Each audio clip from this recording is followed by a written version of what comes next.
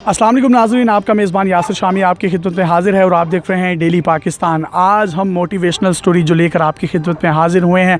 मेरा कैमरा आपको दिखा सकता है कि ये हैं युसरा फरीद, जो कि लाहौर की, मैं बल्कि इनको पाकिस्तान की बेटी कहूँगा, जो वो सोशल काम कर रही हैं बग़ैर किसी NGO बनाए, बग़ैर किसी भी ऑर्गेनाइजेशन के। ये अपनी ज़ात में एक NGO हैं, अपनी ज़ात के अंदर ये एक इदारा हैं, जिन्होंने इदारे के बग़ैर लाहौर की सड़कों में पाए जाने वाले वो तमाम कुत्ते जो मुख्तलिफ हादसात का शिकार हो जाते हैं, जिनकी टांग टूट जाती है, जिनकी दुम कट जाती है, जो ज़ख्मी हो जाते हैं, जिन पर तरह तरह के ज़ख्म आते हैं, जिनको गाड़ियां कुचल देती हैं, जो ट्रक के बड़े टायर्स के नीचे आ जाते हैं, ये उन तमाम हादसाती शुदा कुत्तों को उनकी जगहों से, सड़कों से अपने हाथों से उठाती हैं और अपनी गाड़ी में, मेरा कैमरा आपको गाड़ी भी दिखा सकता है, जो कि एक एम्बुलेंस है जिसमें ये तमाम कुत्तों को, बिल्लियों को और वो तमाम जानवर जो लाहौर की सड़कों पर मुख्तलिफ हादसात का शिकार हो जाते हैं, उनको इस गाड़ी में बिठाती हैं और बिठाने के बाद उसको इस शेल्टर होम में ले आती हैं। ये जो शेल्टर होम है, इसमें तकरीबन 50 से ज़ायद कुत्ते हैं जो कि मुख्तलिफ हादसात का शिकार हो जाते हैं और लाहौर की सड़कों पर बेयारो मददगार पड़े रहते हैं। हालांकि इन तमाम कुत्तों को वहाँ से उठाना गवर्नमेंट की ऑर्गेनाइजेशंस और रेस्क्यू टीमों का काम है, जबकि हमारे पाकिस्तान में इनकी रिहेबिलिटेशन के लिए कोई ऐसा इदारा मौजूद नहीं।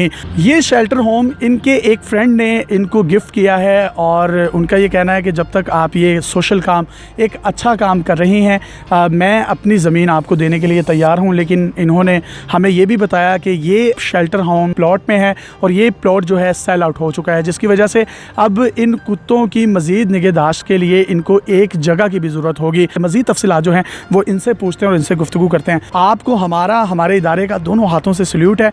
मुझे ये बताइएगा, ये इंसानों के करने वाले काम नहीं है, लेकिन असल में जो आप काम कर रही हैं ये अशरफुल मखलूक़ात जो इंसान है वही करते हैं। तो मुझे फ़ील हो रहा है कि आप जो काम कर रही हैं कुछ ना कुछ इसमें बिहाइंड द सीन कुछ स्टोरी है। ये क्या है? एक्चुअली ये नो डाउट रूह का काम होता है। जब रूहदार बंदा ही कर सकता है। एग्जैक्टली, ये और कोई नहीं कर सकता।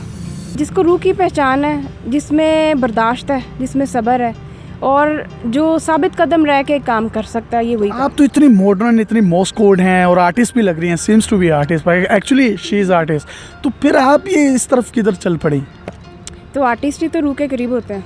कितने अरसे से काम कर रही हैं? ये मैं बहुत अरसे से कर रही हूँ, लेकिन शेल्टर की क्योंकि मेरे पास जगह नहीं थी, अभी ये 1.5 साल से शुरू हुआ हुआ।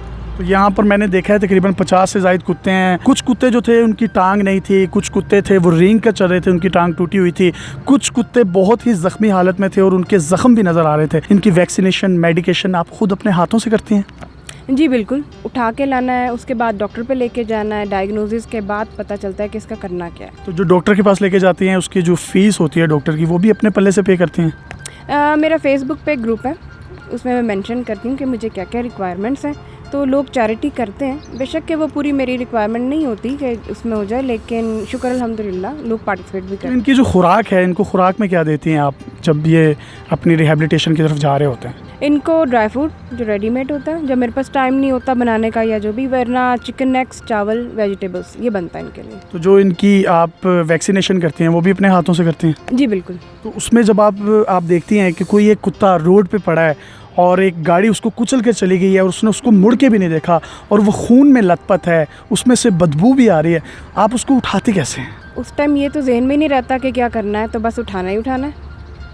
स्मेल आए ना आए डजंट मैटर, उसको तकलीफ़ से निकालना है बस। तो जी, ये इंटरव्यू से पहले हमने इनसे बात की तो इन्होंने बताया कि मैं ये अपनी गाड़ी पर बाकायदा तौर पर लाहौर की उन सड़कों पर निकलती हूँ और देखती हूँ, खुदा न खास्ता कोई ऐसा कुत्ता जो हादसाती तौर पर अपनी टांग गंवा बैठता है किसी एक्सीडेंट में, उसको उठाती हैं, उसको ढूंढती हैं। तो ये ढूंढने के जो मराहिल हैं, ज़्यादातर आपको ये जो कुत्ता है ब्राउन वाला जिसकी एक टांग नहीं है, इसकी स्टोरी बताएं, ये क्या थी? ये मेरी सोसाइटी में ही था, पपी था बहुत छोटा, जब इसकी टांग कुचली गई थी बहुत बुरी तरीके से कि वो हड्डी रिपेयर नहीं हो सकती थी। फिर उसकी टांग पूरी कटवानी पड़ी थी ताकि वो 3 टांगों पे पुरसकून ज़िंदगी गुजार सके, अदरवाइज़ ब्लीडिंग से मर जाता जानवर। अब तो वो मुकम्मल तौर पर बिल्कुल ठीक है, मेरा कैमरा भी आपको दिखा सकता है। जी, वो माशाल्लाह से उसका तो फील ही नहीं होता कि वो 3 टांगों पर है। एक मैंने कुत्ता देखा जो रिंग कर चल रहा था, तो इसके बारे में आप बताएं, इसको आपने कहाँ से उठाया, इसका एक्सीडेंट कैसे हुआ और अब तक आप इसकी कितनी खिदमत कर चुके हैं? ये मेरे पास है तकरीबन 3.5 महीने से, बहुत छोटा था, 1 मंथ का था, ये बंद रोड के पास किसी की गली में था, तो फिर मैं वहाँ से लेकर आई थी इसको।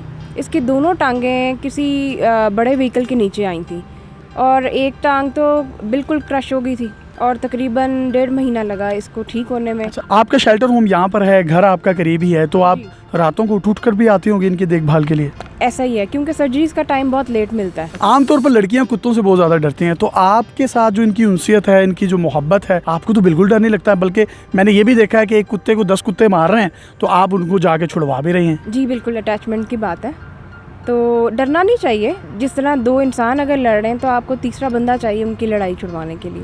ये ज़रा ज़्यादा खूनख्वार होते हैं और आपको हर सूरत छुड़वाना है, वरना एक मर जाएगा उससे। बहुत से लोग ये कहते हैं कि कुत्तों की रिहेबिलिटेशन के लिए काम कर रही हैं, यही पैसे किसी मदरसे में दे दें या किसी दूसरी सोशल जगह पर दे दें, तो इस बारे में आप क्या कहेंगे? डोनेशन देते वक्त कहते हैं कि इससे बेहतर इंसानों को ना दे दें, कि 3 बच्चों को, सिग्नल पे खड़े हुए बच्चों को, इसके अलावा बेवाओं को। देखिए, इंसान अपनी ज़रूरियात बता सकता है और वो अपने शॉर्टकट्स भी ढूंढ लेता है, ये जानवर नहीं ढूंढ सकते। जानवरों की खिदमत कर रही हैं, ये सुन्नत नबवी है। जानवरों के हकूक़ के लिए जितनी आवाज़ हमारे इस्लाम ने बुलंद की, शायद ही किसी ने बुलंद की हो। नबी करीम सल्लल्लाहु अलैहि वसल्लम ने जानवरों पर रहम दिली की जो मिसालें छोड़ी हैं, वो तमाम दुनिया के लोगों के लिए मशअल राह हैं, लेकिन बदकिस्मती से हम मुसलमानों ने उन पर अमल पैरा नहीं हुए। हालांकि इस्लाम वो वाहिद मज़हब है जिसने जानवरों के हकूक़ के लिए जितनी आवाज़ बुलंद की, शायद ही इसकी नज़ीर दूसरे किसी मज़हब में मिलती हो। मेरी गवर्नमेंट ऑफ पाकिस्तान और पाकिस्तान तहरीक इंसाफ के चेयरमैन और वज़ीर आज़म पाकिस्तान से इल्तमास है, जबकि जो इंसानी हकूक़ की वज़ीर हैं श्री मज़ारी साहिबा, उनसे भी हमारी रिक्वेस्ट है कि आप इंसानों के साथ साथ जानवरों के हकूक़ के लिए भी कोई इनिशिएटिव उठाएं और इनकी रिहेबिलिटेशन के लिए कोई इदारा बनाएं, और अगर कोई इदारे हैं भी तो उनको एक्टिवली काम करने की भरपूर तरीके से आप हिदायत जारी करें। अगर कोई भी शख्स युसरा से रब्ता करना चाहता है, इनके काम में, इनके नोबेल कॉज में कोई अपनी कंट्रीब्यूशन ऐड करना चाहता है, अपनी चैरिटी देना चाहता है, तो आप इनसे बराह रास्त रब्ता कर सकते हैं। युसरा का नंबर आप अपनी स्क्रीन पर देख सकते हैं, आप इनसे डायरेक्टली कांटेक्ट कर सकते हैं। एक दफ़ा नंबर इनसे भी पूछ लेते हैं। युसरा, अपना नंबर शेयर कीजिएगा। जी, 0320-144-8989। अपने मेज़बान यासिर शामी को इजाज़त दीजिए, और मैडम एक दफ़ा फिर से आपको और आपके काम को सल्यूट है। अल्लाह हाफ़िज़।